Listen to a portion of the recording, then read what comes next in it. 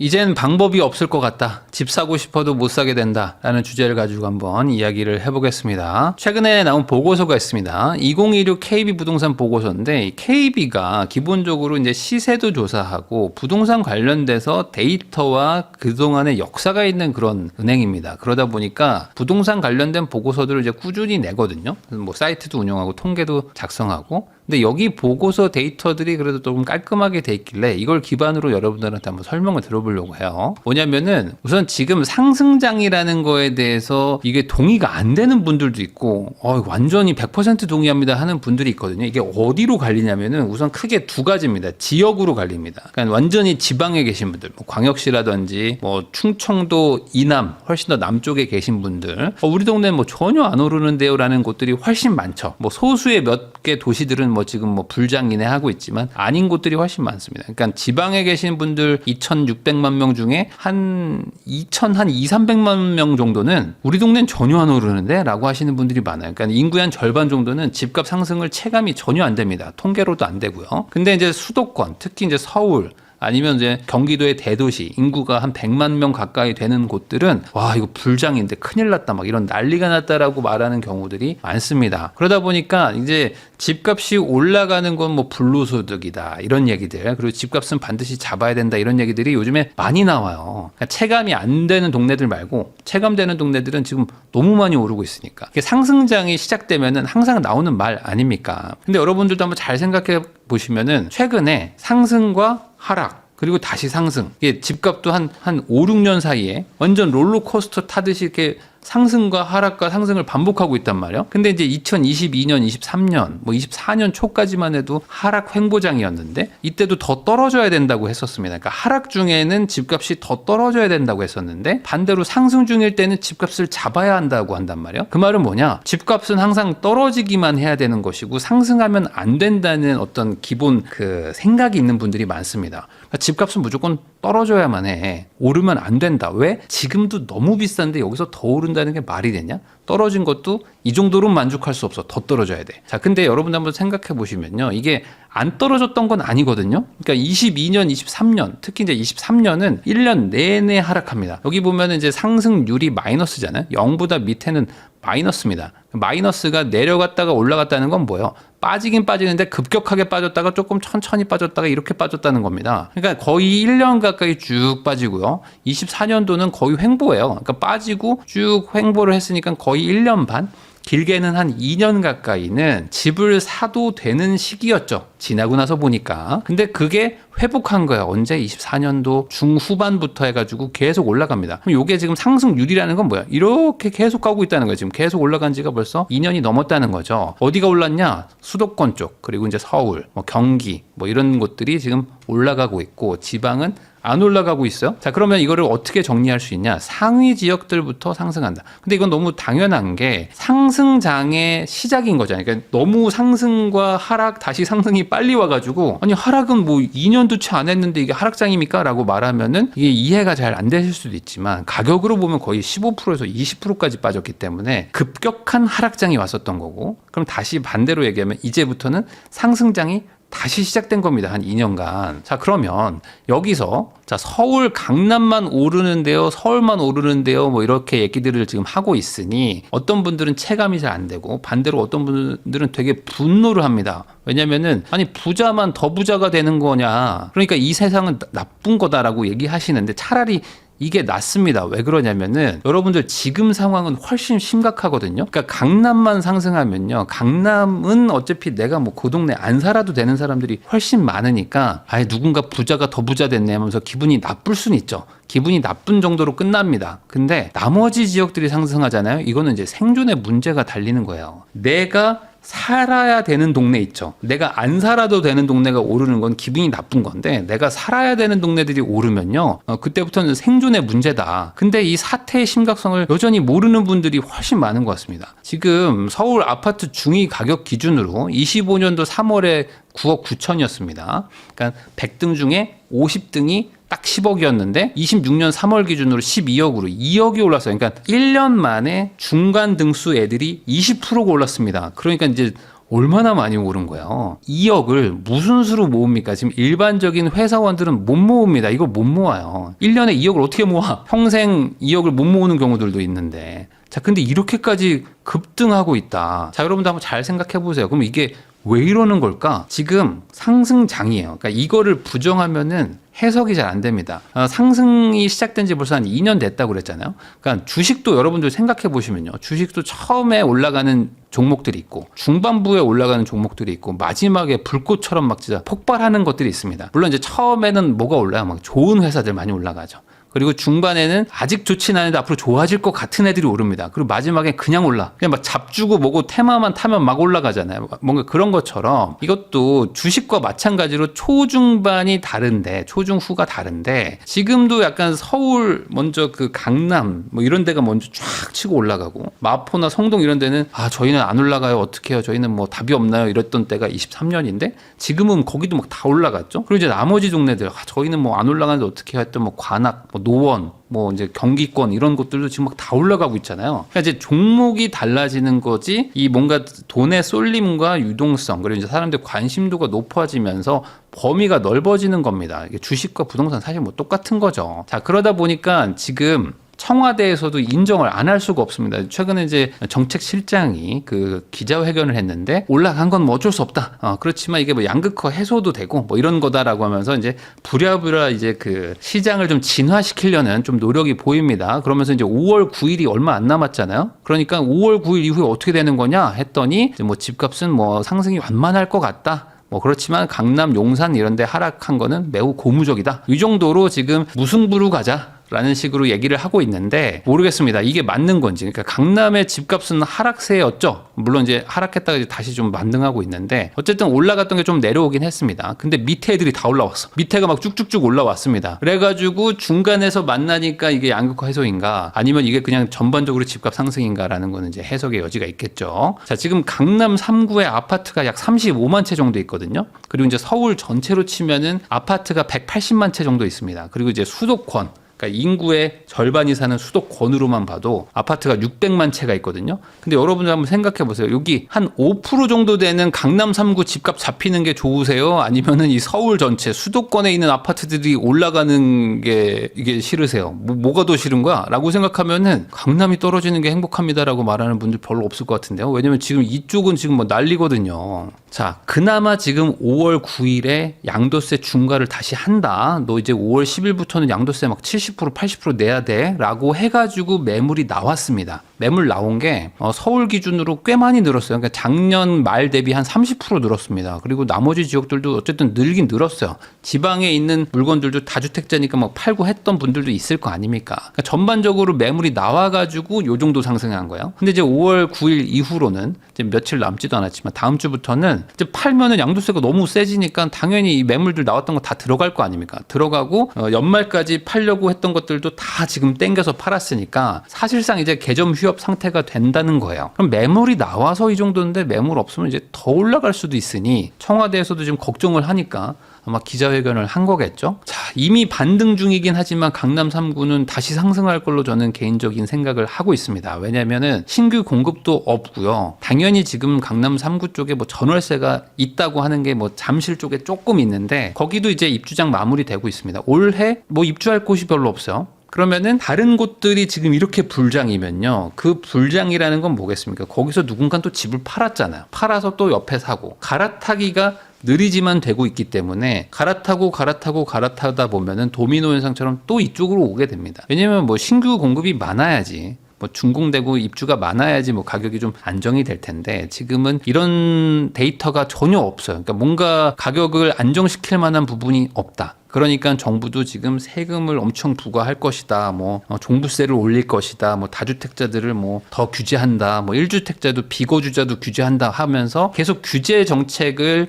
군불대기를 하는 거라고 저는 생각합니다. 왜냐면은 올라갈 것 같으니까 규제를 하는 거지 올라갈 것 같지 않으면은 규제를 할 이유도 없는 거거든요. 자, 지금 여기 보면요. 그 뭐 외부인들이 엄청 사고 뭐 다주택자들이 엄청 사고 뭐 이런 식으로 그냥 막연하게 생각하시는 분들이 있는데 실제로는 그렇지 않습니다. 있습니다. 여러분들도 한번 잘 생각해 보세요. 내가 뭐 아무리 뭐 외지에서 살아요. 그러니까 뭐 예를 들어 뭐 나는 뭐 하남에 살고 있는데 갑자기 뭐 서울에 집을 산다? 뭐 그런 분들도 뭐 있겠지만 대다수는 보통 자기가 그 동네가 마음에 드니까 거기서 거주를 한 것일 거고, 거주하면서 애도 키우고 나도 이제 이 동네에 적응을 했으니 이 동네에 집을 먼저 사야겠다고 생각하는 사람이 다수입니다. 보통 본인이 살고 있는 관할 시도 뭐 시군구 안에서 거래를 대부분 합니다. 그러니까 거주자들이 매수를 많이 하고 있고요. 자기 동네들을 잘 안 떠난다는 거예요. 그러니까 누가 요즘에 뭐 투자 목적으로 뭐 종부세 때린다고 하고 뭐 취득세를 막 8% 12% 내라는데 굳이 막 내가 세금 내가면서 투자 목적으로 사는 사람이 어디 있습니까? 대부분 뭐 사도 뭐 재개발 뭐 한두 개 정도 살까 말까지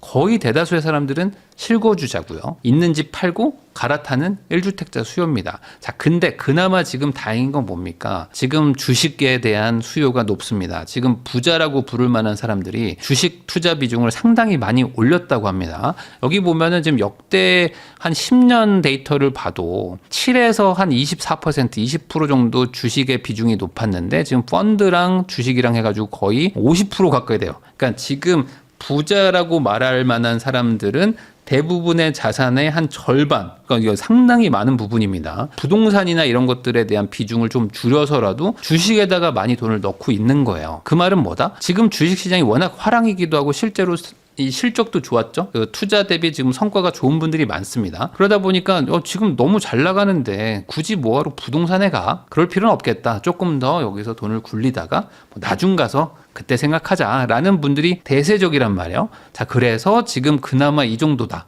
라고 저는 생각합니다. 자, 그럼 이제 여기서 이제 역설적으로 걱정인 건 뭐냐. 현 정부도 아마 그런 걸 제일 걱정하고 있을 것 같아요. 지금 코스피 5천 정권의 어떤 그 공약으로 걸었긴 했지만 이게 너무 빨리 달성이 됐죠. 물론 정부도 예상 못했고 그 모든 미국의 빅테크도 예상을 못했습니다. 이렇게 반도체가 워낙 공급 부족으로 갑자기 뭐 영업이익률이 70% 80% 찍힐지는 작년 뭐 5월 6월 전에 알던 사람이 없어요. 그러니까 이거는 예상치 못하게 너무 빨리 와버렸어요. 그래서 지금 이제 7천을 돌파하려고 하고 있습니다. 그러면은 여러분들 한번 생각해 보세요. 지금 주식이 다 같이 올라가고 있으니까 야 기분 좋다 하면서 지금 다들 그냥 하하호호 하고 있죠. 요즘에 명품도 다시 잘 팔리고 있거든요. 해외 여행도 다시 많이들 가고 있습니다. 그러니까 요즘 소위 말하는 사치품에 대해서 수요가 늘어나고 있어요. 이 주식이 쫙 올라가니까 삼성전자, 뭐 하이닉스 워낙 대표 국민주인데 그냥 이거 사놨더니 뭐 이건 초보자고 실력자고 상관없어. 오히려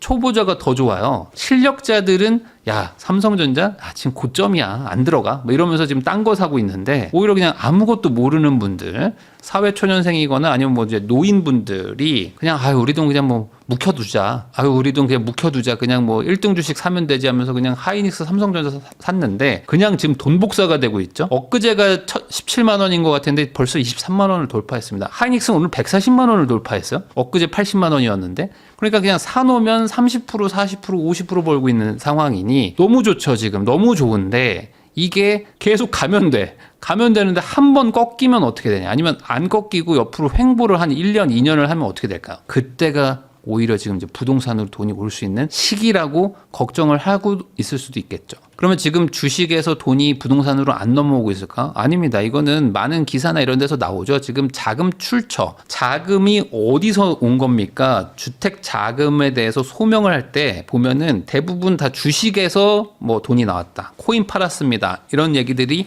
많이 적히고 있다. 실제로 뭐 조 단위의 돈들이 지금 오고 있는데 이 주택 시장으로 자금 이동이 시작된 거고요. 근데 이게 엄청 더 많이 올 수도 있고 아직은 안 온 건데 주식시장의 어떤 변동에 따라서 갑자기 일로 또 쏠릴 수도 있습니다. 이거는 대출을 받아서 들어오는 게 아니기 때문에 정부 입장에서는 이거 막을 수가 없단 말이에요. 근데 전월세난이 지금 워낙 안 좋단 말이에요. 이게 지금 생각보다 너무 심각한데 지금 전세나 월세를 살고 계신 분들도 주식시장 좋으니까 뭐 나중에 집값 빠지면 뭐 그때 가서 사자라고 생각하고 지금 주식에 올인하고 계시는 분들 많은데 여기서 주식시장이 한번 흔들리잖아요. 근데 내 전세 만기가 돌아오잖아요. 그러면 그냥 집 사야겠다라는 생각으로 갑자기 바뀔 수가 있다. 자, 지금 전세가 뭐 문제가 많다. 그리고 전세를 줬더니 결국에 전세 사기도 터지고 뭐 그리고 국가적 재정이 막 많이 손실을 보고 하니까 전세를 자연스럽게 좀 없애거나 줄이는 방향으로 정부 정책이 가고 있습니다. 그리고 임대인 입장에서도 전세를 준다는 게 딱히 달가운 게 없죠. 지금 같은 분위기에서 대해서는. 그러니까 서로의 니즈가 맞아가지고 정부도 월세를 원하고 임대인들도 그냥 뭐 그래 차라리 월세로 가자라고 원하고 있고, 뭐 임차인이라고 해서 전세를 마냥 좋아하는 것도 아닙니다. 요즘같이 뭐 지금 주식시장도 좋고 막 이럴 때 뭐하러 돈을 묻거나 그냥 이거 월세로 보증금 작게 잡아놓고 월세 내면서 이 돈을 굴리자 라고 하는 이 세 명의 집단이 모두 다 월세를 원하고 있어요. 그러니까 빠르게 지금 월세 전환이 되고 있죠. 그러다 보니 어떻게 됩니까? 전세는 조금 뭐 이렇게 많이 올라가고 있진 않은데 월세가 지금 엄청나게 치솟고 있습니다. 그래서 월세가 지금 뭐 거의 뭐 지역별로 한 8에서 10%씩 막 올라가고 있는 상황인데 이게 더 갈 거라는 거죠. 지금 전세난의 영향이 더 큰 중저가 지역부터 매매가가 지금 자극받아가지고 급등하고 있는 거 여러분들 아실 겁니다. 왜냐하면 이 전세난이 전체적으로 오지만 월세를 내는 게 감당 가능한 분들이 있습니다. 어디죠? 이제 최상급 지역에 사는 분들은 보통은 이제 근로자라기보다는 뭐 이렇게 전문직이라거나 사업을 하거나 뭐 이런 분들이 많이 삽니다. 사실 월세를 막 600만 원, 뭐 1000만 원짜리 집을 살면서 회사원들이 거기 살기는 쉽지 않단 말이죠. 월세 막 600, 800을 어떻게 회사원들이 내겠어요? 물론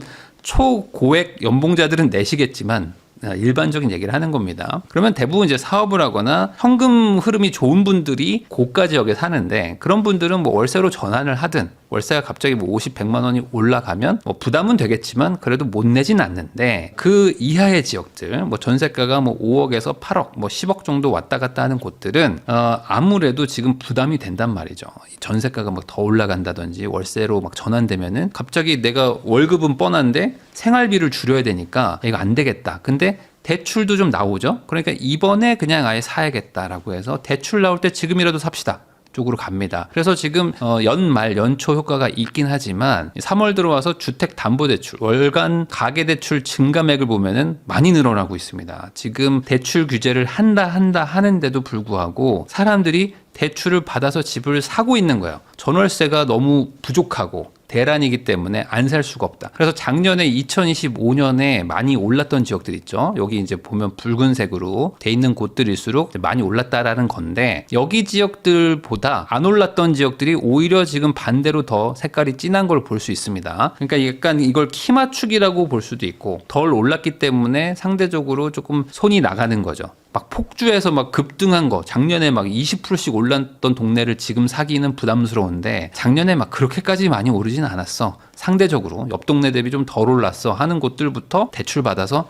사고 있다 보니까 지금 아파트 밀집지들 그런 데들 위주로 가격대들이 올라가는 걸 볼 수가 있습니다. 그러니까 이미 돈의 이동이 일어나고 있다. 자, 그러면 상승기가 시작됐고 이게 지금 벌써 한 1, 2년 됐는데 이게 더 연장된다면 어떻게 될까? 우리가 이미 과거에 상승장 때 어떤 규제를 하는지를 다 봤습니다. 대출 규제하고 그다음에 세금 규제하고 수요 규제하고 뭐 이런 것들을 하죠. 대출 줄이고 그다음에 뭐 집도 이제 무조건 실거주 아니면 못 사게 하고 뭐 세금도 더 부과하고 하면서 최대한 매수를 늦춥니다. 그러면 매수를 늦추면 어떻게 해요? 사람들은 전세나 월세를 갈 수밖에 없는데 전월세를 가는 게 쉽지 않단 말이에요. 지금 전월세 대란이니까 거기다 이 대란이 점점 더 강해진단 말이에요. 그런데 대출 규제 더 할 것 같고 수요 규제 더 할 것 같고 세금 더 늘린다고 하니 어떻게 해야겠어요? 사람들이 매매 아니면 전월세 둘 중에 하나에서 대출해 줄 때 그냥 사자라고 간단 말이죠. 자, 지금 서울만 오르지 우리는 안 오릅니다 라고 하면서 막 울고 계신 지방분들도 들으실 텐데 저는 이 부분도 한번 생각은 해봐야 된다고 봐요. 왜냐하면 지금 하락장이 워낙 짧고 굵게 왔기 때문에 그때는 모두가 다 빠졌습니다. 근데 지금 상승장이 다시 시작됐어요.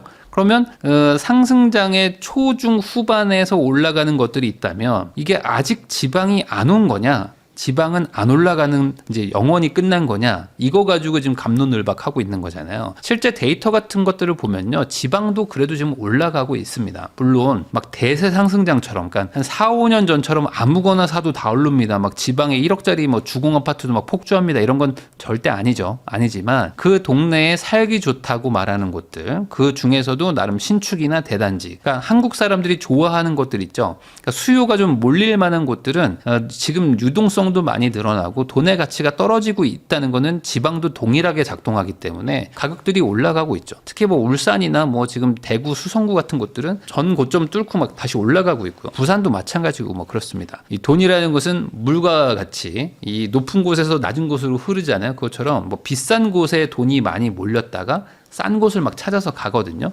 그런 것처럼 저는 시차의 문제라고 생각은 합니다. 지방도 간다. 다만 이제 대도시냐 소도시냐 이거는 인구 감소의 영역이 또 별개가 있죠. 그러니까 여기서 좀 따져는 봐야 되지만 최소한 지방의 광역시급 이런 곳들에 살기 좋은 동네들은 늦게 가는 것뿐이지 결국에 유동성 효과는 본다고 봅니다. 자, 거기다가 지금 수도권 쪽은 더 심각한 게 뭐 당연히 아파트도 없는데 비아파트는 지금 더 없는 상황이죠. 이 공사비도 많이 올라가고 이 공사비가 뭐 빌라나 도시형 생활주택 지을 때는 뭐 싸게 해준다고 하나요? 똑같이 자재 쓰는데 절대 안 그렇죠. 그러니까 아파트도 공사비 부담 때문에 개발이 안 된다면 비아파트는 더더욱 어렵죠. 거기다 지금 전세 사기 때문에 분양도 안 되니까 이 비아파트는 전멸 수준이라고 보면 됩니다. 정말로 야 이거 어떡하지? 라는 생각밖에 안 들어요. 이 수요의 한 40% 정도를 이 비아파트들이 담당을 해주거든요.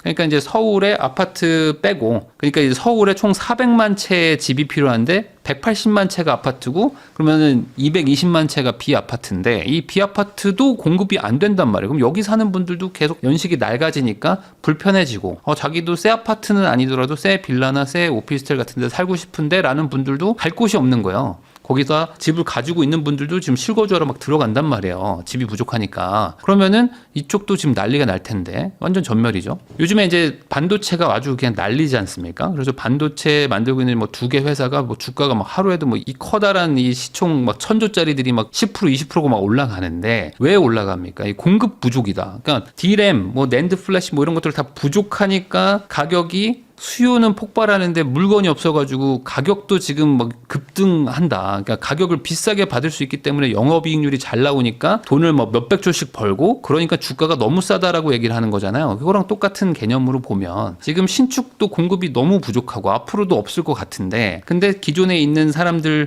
수요는 뭐 계속 탄탄하죠. 돈도 계속 벌어가지고 누군가는 또 대출받아서 집을 사니까 그러면은 공급이 많으면은 가격이 안정된다. 근데 공급이 부족할 때는 수요가 갑자기 몰리는 순간 가격이 폭등한다. 이게 맞다면 집은 똑같이 움직일 거 아닙니까? 근데 공급이 이렇게 부족한데 집값은 떨어질 거라고 생각하는 분들도 많단 말이죠. 그러니까 이 두 가지 문장 중에 둘 중에 하나는 틀린 거야. 공급이 부족하면 가격이 상승한다. 근데 공급이 부족한데 집값은 떨어진다. 그럼 도대체 이게 둘 중에 뭐가 틀린 걸까? 이 서울의 주택 보급률은요, 절대적인 수치도 부족합니다. 지금 가구 수 대비 서울의 주택 보급률은 93.6%입니다. 그러니까 100명 중에 6명은 집이 없어요. 실제로 뭐 전세든 월세든 뭐든 그냥 집 자체가 없는 거예요. 어디서 낑겨서 살든 고시원 가서 살든 집이 아닌 곳에서 뭐 그냥 전입신고 없이 살든 어딘가에서 그냥 거주는 하고 있는 것이지 집 자체는 부족하다는 겁니다. 그러니까 절대적인 개수도 모자라는데 앞으로 공급도 별로 없죠. 거기다가 더 안 좋은 상황인 거는 그럼 지금 26년에는 공급을 대규모로 착수하고 있는가? 여기서도 지금 답이 없다. 그러니까 거기다 지금 세금을 더 올리려고 하고 있죠. 뭐 어떻게 할지 모르겠지만 하반기에 증세가 된다는 거는 여러분들도 공감을 하실 겁니다. 그럼 세금을 올리면 어디다가 부과를 하겠습니까? 당연히 임대료든 뭐든 집 주인들도 나도 살아야 되니까 뭐 나도 지금 한 대 얻어맞았는데 미안하다 하면서 나도 한 대 때릴 수밖에 없는 상황이란 말이죠. 그럼 당연히 지금 전세에서 월세화가 진행되고 있는 와중에 전세 월세 대란이니까 이 대란, 이 전쟁통에 누군가한테는 돈을 받을 수밖에 없단 말이죠. 세입자가 될 겁니다. 거주 의무를 계속 강조하고 있기 때문에 그나마 지금 전세나 월세 주던 집들도 집주인들이 막 들어갈 거예요. 할머니, 할아버지 분들 학군지에 안 살아도 되는데 그냥 들어가실 거고 뭐 가평이나 뭐 청평 같은 데 가서 전원주택 살고 계신 분들도 옛날에 임대차 3법 할 때처럼 갑자기 막 대치동으로 막 이사 들어옵니다. 세금 많이 때린다고 하니까. 그리고 당장 안 살아도 되는데 굳이 막 우리 자녀들을 막 가서 살게 합니다. 왜냐면 혹시 모르니까. 뭐 대출 규제를 계속 한다고 하죠. 그러니까 사고 싶어도 매수는 안 돼요. 그러니까 매수는 안 되는 상황에서 주거비 상승이 온단 말이에요, 이제. 그러면 이 파도를 온몸으로 맞아야 된다. 자, 소득의 상승이 한계가 있는데 월세를 어떻게 마냥 올립니까? 라고 말하시는 분들이 많은데 외국은 뭐 룸메이트랑 사는 거를 되게 좋게 생각해서 룸메이트들하고 막 같이 집을 쉐어하는 게 아닙니다. 그러니까 우리나라는 아직 그나마 주거 임차료가 싸기 때문에 아유 어떻게 모르는 사람하고 둘이 살아 귀찮게 뭐 불편하게 라고 하면서 혼자 살죠. 근데 외국은 워낙 임대료가 비싸니까 어쩔 수 없이 룸메이트를 구해가지고 사는 거예요. 그렇게 사는 걸 좋아해서가 아니고. 그래서 이 월세가 높아지는 순간 이제 집을 합가를 하죠. 모르는 사람끼리 합가를 합니다. 그래서 실제로 룸메이트의 뭐 신용도를 보고 그 룸메이트의 잔고 통장을 봐가지고 두 명을 하나의 가족처럼 취급해서 그 경제성을 평가하고 그걸 막 임대를 주고 뭐 이런 것들을 합니다. 그러니까 우리나라도 이렇게 월세가 계속 더 올라가잖아요. 그러면은 소득이 따라 올라가서 혼자 사는 게 아니고요. 소득은 그대로인데 곱하기 2 룸메이트를 데리고 와라. 곱하기 3 두 명 데려와라. 해가지고 집을 맞춰줘야 될 것이다.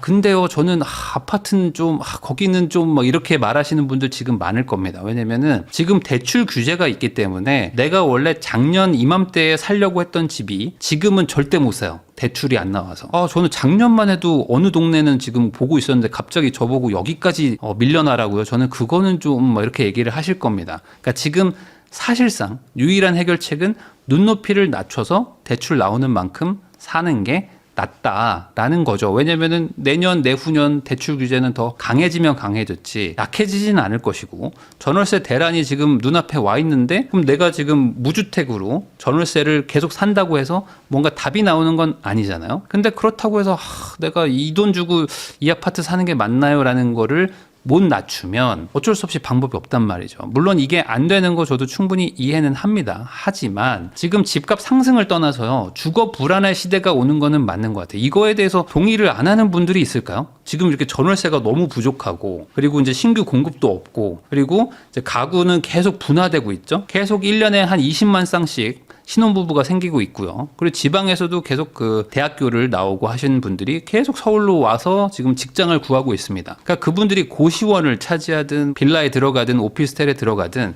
누군가의 자리를 차고 들어가는 신규 수요는 계속 몰린단 말이에요. 근데 공급이 없어. 공급도 없고 뭐 돈도 풀리고 세금도 늘어나고 하면은 주거 불안이 옵니다. 누군가는 이만큼 올려주지 않으면은 나가라고 할 거예요. 그 나가는 분이 또 옆 동네 사람을 밀어내고 또 밀어내고 이런 도미노 현상이 일어나죠. 사실 이미 왔는데 이 매매 상승과 달리 전월세 상승은 이사를 가야 된다는 가장 큰 단점이 있습니다. 그러니까 매매 상승은 기분 나쁘고 끝이에요. 욕하고 끝인데 전월세 상승은 답이 없어요. 우리 가족들과 같이 이삿짐 센터 불러서 이사를 가야 됩니다. 결국에 이제 각자 도생의 시기가 또 온 거예요. 그러니까 이게 몇 년 만에 다시 떠오르는 건데 한 5, 6년 전만 해도 각자 도생이다. 이제 방법이 없다. 그래서 모두가 잘 될 방법은 없기 때문에 누군가라도 먼저 태풍을 피하자. 라고 하면서 각자 도생의 단어가 예전에 유행을 했었죠. 근데 지금 다시 오는 겁니다. 그래서 이제 남을 믿지 말고 각자 스스로 살기를 꾀하라는 게 각자 도생이잖아요. 전월세 대란은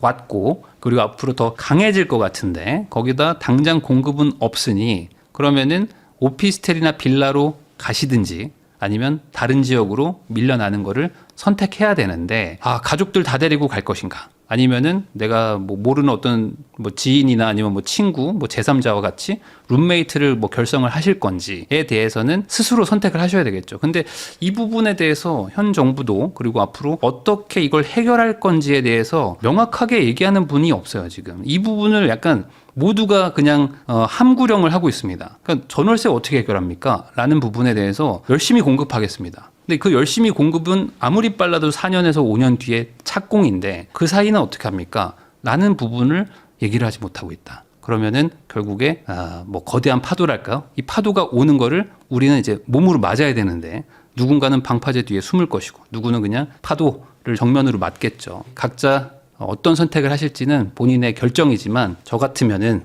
이 상황에서는 각자 도생의 길을 가는 게 맞지 않을까라는 생각이 좀 듭니다.